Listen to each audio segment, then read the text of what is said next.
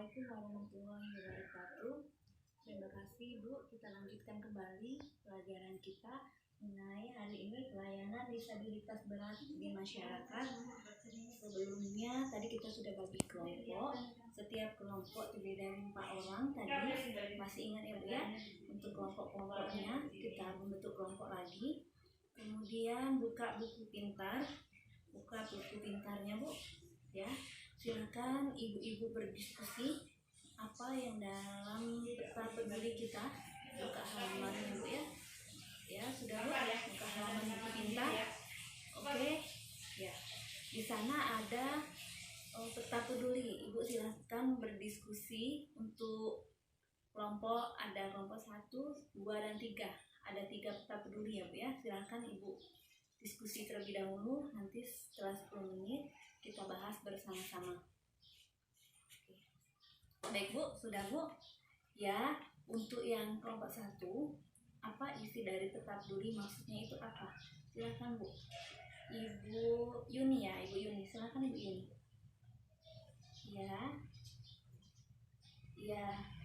Ya, disampaikan Ibu Yuni tadi bahwa di peta peduli itu anak mengalami yang pertama tangan kaki kaku, kecil, susah berbicara.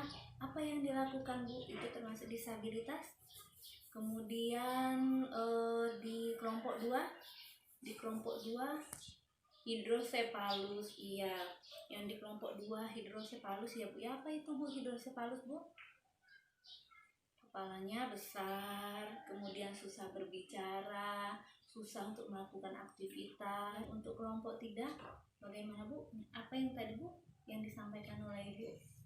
Ibu siapa yang menyampaikannya? Ibu Wiwi ya. Silakan Ibu Wiwi.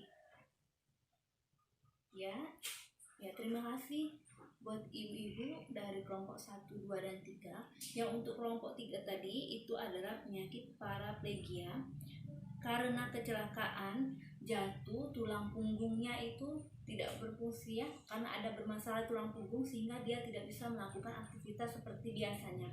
Jika melakukan aktivitas seperti biasanya, maka dia butuh dengan bantuan orang lain, tidak bisa sendiri ya Bu ya. Oke, sebelumnya saya ingin menyampaikan terlebih dahulu di sini ada pelayanan apa saja yang dilakukan oleh masyarakat terhadap disabilitas berat yang seperti yang Ibu sudah lihat di peta peduli tadi. Di sana ada 3 macam ya Bu ya.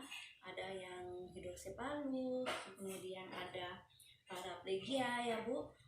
Di sini kita lihat yang pertama, pelayanan apa saja?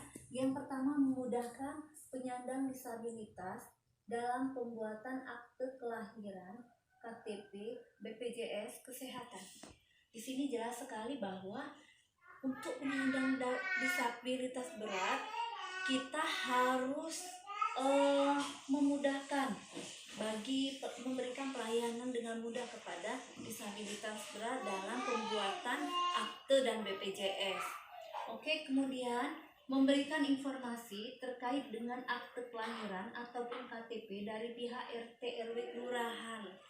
Kita membantu, kita melaporkan ke RT ke RW dari kelurahan, kemudian kita bisa membuat KTP atau BPJS Kesehatan. Apalagi kalau misalkan KTP elektrik ya Bu ya, kita sendiri harus datang.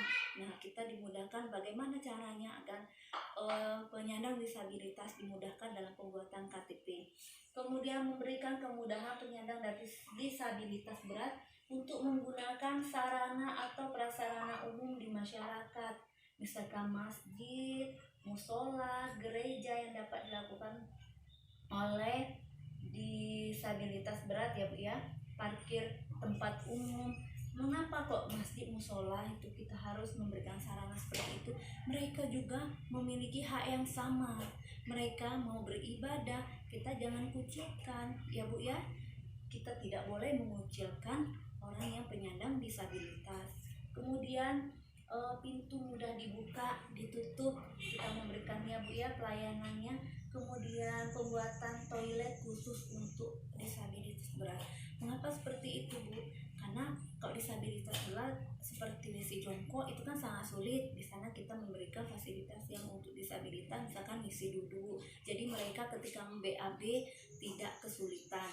Kemudian memberikan kesempatan bagi penyandang disabilitas untuk mengikuti kegiatan kemasyarakatan di lingkungan, pentas seni, arisan, karang taruna, dan lain-lain. Kita di masyarakat sebaiknya tidak memandang disabilitas itu sebelah mata, Bu ya, karena nanti banyak orang yang mengalami disabilitas berat tetapi memiliki potensi-potensi atau bakat-bakat yang memang perlu kita dukung.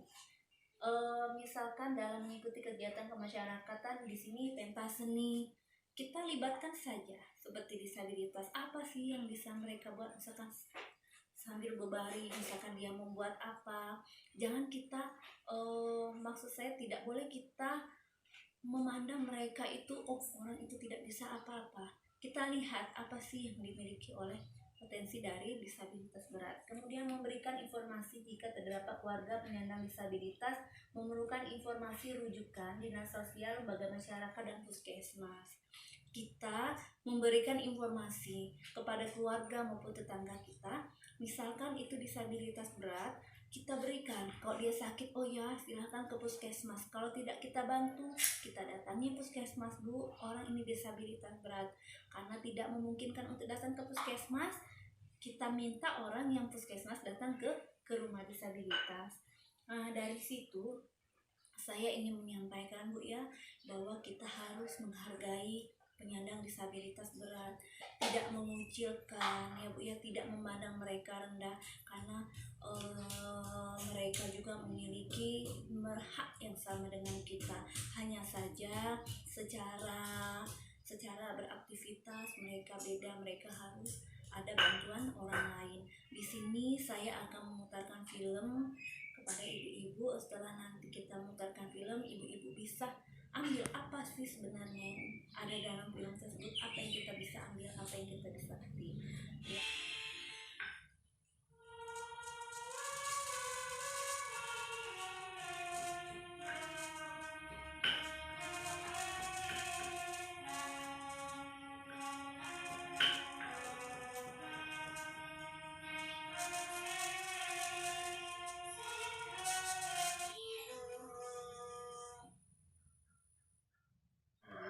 Tadi ibu sudah menonton film Getun ya Bu ya. Walaupun apa moto Getun tadi, kita harus bersemangat dan pantang menyerah ya Bu ya. Tidak ada keterbatasan, walaupun kita memiliki keterbatasan, tetapi kita harus tetap semangat karena kita juga bisa maju, seperti itu. Jadi kita tidak boleh memandang disabilitas berat itu orang yang tidak mampu apa-apa. Jika mereka memiliki bakat dan kemampuan, mari kita bersama-sama kembangkan. Ya, ada pendapat lain Bu? Silakan. Ibu siapa? Ibu Reni ya Bu ya, silakan Bu Reni. Iya. Ya, terima kasih Ibu Leni. Ibu Leni memandang bahwa kita selaku manusia yang sempurna itu, kita bersyukur ya Bu ya. Jika memang ada orang yang seperti itu, kita tidak boleh memandang remeh, kata Ibu itu. Kita harus menghargai, kata Ibu Leni. Terima kasih Ibu Leni ya. Semoga di sini ibu-ibu dapat setelah pelajaran ini ibu-ibu mengetahui apa sih sebenarnya penyandang disabilitas. Jangan kita menganggap disabilitas itu orang yang rendah, yang tidak memiliki bakat apa-apa. Seperti yang kita tonton tadi di film Getun, mereka saja bisa mandiri, bisa mencuci piring, sekolahnya pun berprestasi, mendapat juara ya Bu ya. Di sini ada pesan-pesan kunci yang kami. Yang pertama, penyandang disabilitas merupakan bentuk keragaman manusia. Jadi ada keragaman manusia, ada manusia kita lihat Bu, ada yang tinggi, ada yang pendek, ada yang ganteng, ada yang cantik ya kan Bu ya, semua kita beragam. Kemudian penyandang disabilitas juga warga negara yang harus dipenuhi hak-haknya. Disabilitas berat itu memiliki hak-hak Bu. Jadi kita harus penuhi. Maksudnya di sini kita tidak memandang mereka rendah seperti yang sudah saya jelaskan di awal tadi ya Bu ya. Kemudian penyandang disabilitas tidak boleh didiskriminasi, tidak boleh kita jahat kepada penyandang disabilitas. Kemudian mengapa seperti itu ya Bu? Jangan sampai disabilitas kita dikurung saja. Ketika mereka di kamar, tidak ada salahnya kita membawa dia keluar ruangan. Mereka juga memiliki hak mereka juga memiliki hak, misalkan hak untuk rekreasi, tidak kita ajak di kamar saja, kemudian hak untuk bermasyarakat. Jadi ketika ada orang disabilitas, jangan muka kita seperti ini ya Bu ya, memandang kita tidak boleh seperti itu. Jika ada disabilitas, oh ya apa kabarnya, minimal kita seperti itu. Kasihan Bu, ketika kita menjadi orang tua yang memiliki anak disabilitas, orang lihat kita dengan memandang sinis ya Bu ya, apa yang kita alami sebagai orang tua, kita rasanya menjadi minder, menjadi malu kan Bu ya. Nah, padahal di balik sisi dari anak disabilitas itu memiliki bakat dan kemampuan. Mungkin banyak contoh-contoh di sekitar kita yang seperti itu ya Bu ya. Misalkan dia tunanetra memiliki tapi suara yang bagus, orang yang tidak bisa apa-apa tetapi dia bisa memiliki, itu kata saya tadi, suara yang bagus, mereka bisa bernyanyi, mereka butuh juga rekreasi. Mungkin itu saja Bu. Ada yang ingin ditanyakan lagi dari ibu-ibu?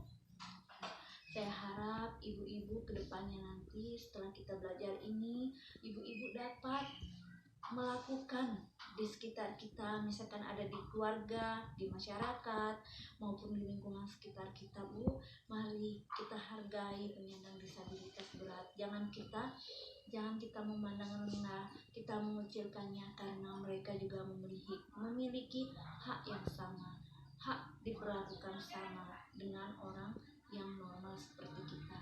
Mungkin itu saja ya Bu ya. Kalau ada kata saya salah, kita sama-sama belajar di sini. Kita sama-sama untuk mengetahui apa itu disabilitas berat dan bagaimana kita cara memperlakukannya. Mungkin itu saja Bu. Saya lanjutkan kita di pertemuan kita berikutnya. Saya akhiri. Wassalamualaikum warahmatullahi wabarakatuh.